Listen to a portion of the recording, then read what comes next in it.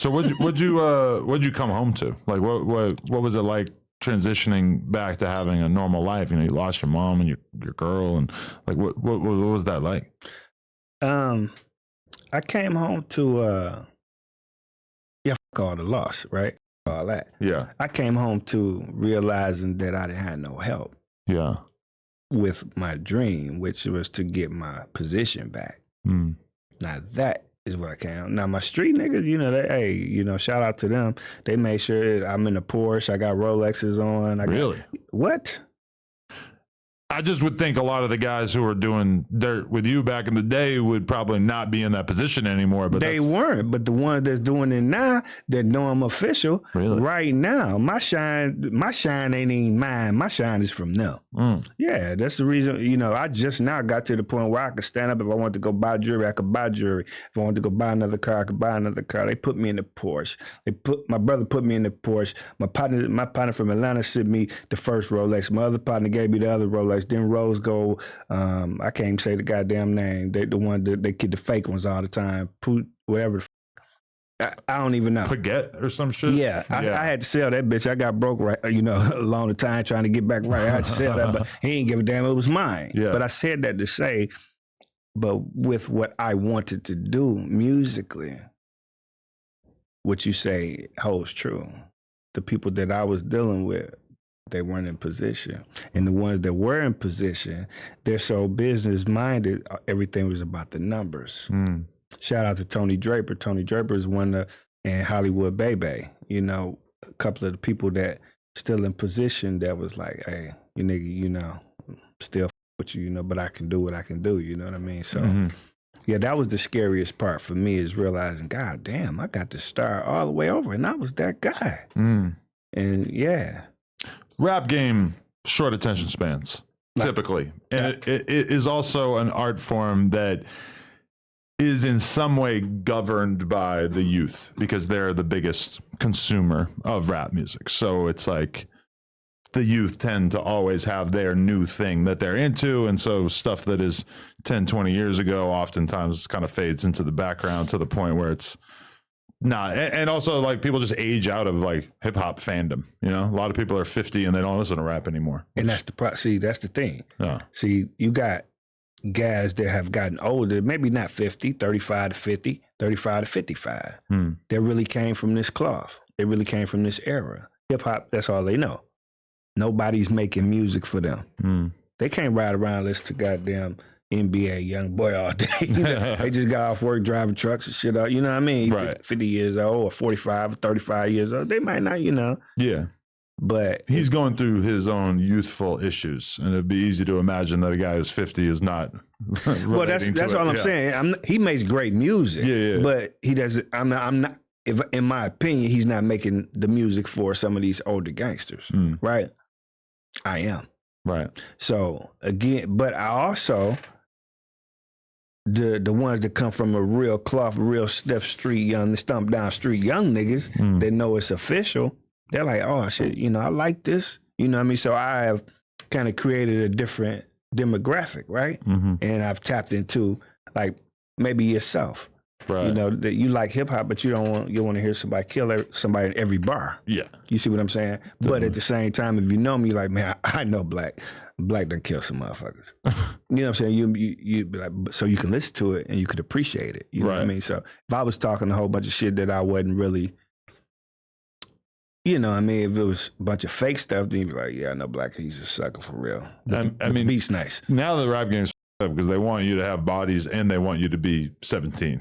Yeah, see, that's the thing. Kind of unlikely. See, hey, that's why they put insurance policy. That's why the record label was putting insurance policies on the artists. You know, I've never actually figured out if that was true or not. I've always kind of heard that, but it's in my contract. For real? I mean, like a month.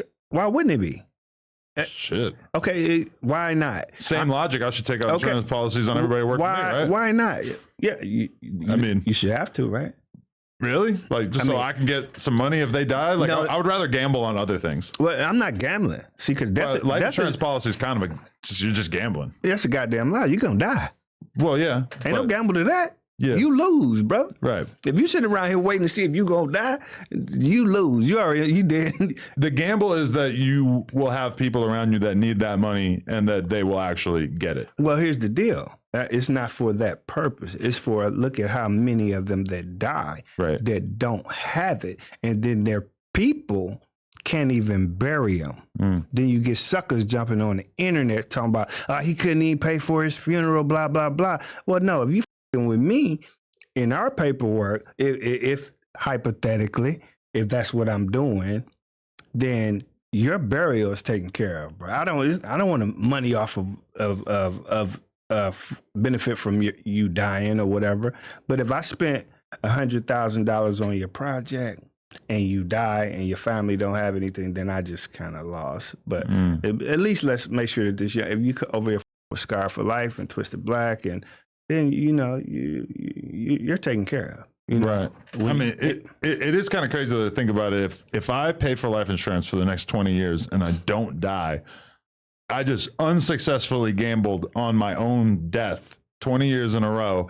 And then, but it's a weird form of gambling because if you hit, it comes along with the worst possible outcome, which is you dying. Right. And the only people who benefit from it are people who realistically, like, my daughter doesn't understand a life insurance policy, but she's the one who just hit the lottery if I die, if I have life insurance. Who are you? Okay. And I'm going to take you back to black people. Okay. Most of the black people, like my grandmother and grandmother's back then, they pay insurance for ever, bro. Yeah. House, you could, don't play around my window because if you break it, my insurance gonna go. So they just paid and paid and paid. Never one deductible or nothing, right? Right. Gambling.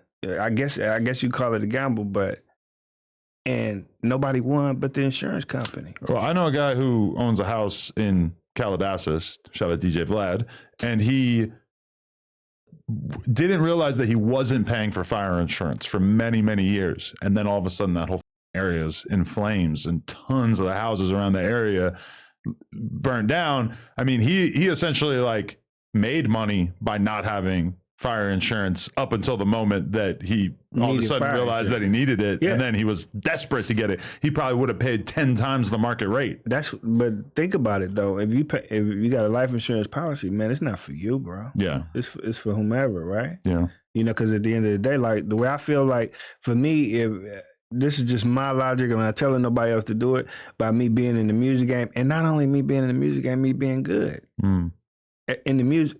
When I die, because that's gonna happen. That's not a gamble. When I die, those streams or whatever, that's like my 401k, my insurance policy for my people.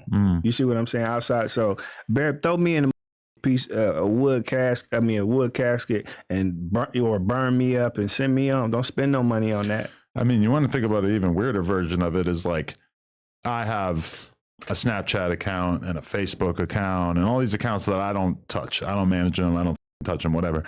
If I die, realistically, the guys who run those accounts are going to continue to take all this content that I created throughout my life and run those accounts still using that content. And then the percentage of that money that I get is going to go to my family or whatever. And that's just so bizarre to think that like, you still are going to have this small business operating online. And I see it all the time because when Fulio died, they went and killed him. His mom was getting paid by weed brands to do weed promotions on his Instagram like a week after he died. Right. And it's hard to hate on it because if the mom just made 50 bands for posting this weed ad, then and she just paid for the funeral and then some. And I mean, that's shit. The ideology right there. How could you hate on it? Man, why would you hate on it? But it is kind of weird too, because it's like, I know a lot of people have passed and their Instagram stays the same forever. And to me, that just feels right. Like that's how this should work, is like, it should just be a testament to your life and it should stop at the exact moment that you pass. But a lot of the musicians I know who died young, it's like, how else are they going to promote their new music that they're releasing that's making money for their kids and their family other than the Instagram? Right, right. Yeah, I mean, if it's your family going to benefit from it, then, cool. But Adam, I don't know why you keep thinking you ain't going to die. You're going to die. Oh, I know. You keep telling me it's a gamble. You're going to die, man. No, the gamble is just paying to bet on you not dying this year. Oh, Well, I guess you're gambling on you dying. Okay. You know, like you get the best value on that bet if you die. Right. Okay. Which is depressing because it's the last thing that you want to happen. And I'm still, listen, you are going to get that. You're going to get that. Oh, yeah. That shit's happening. Unless you stop gambling before you actually die. Which basically stop paying the insurance. Exactly. Okay.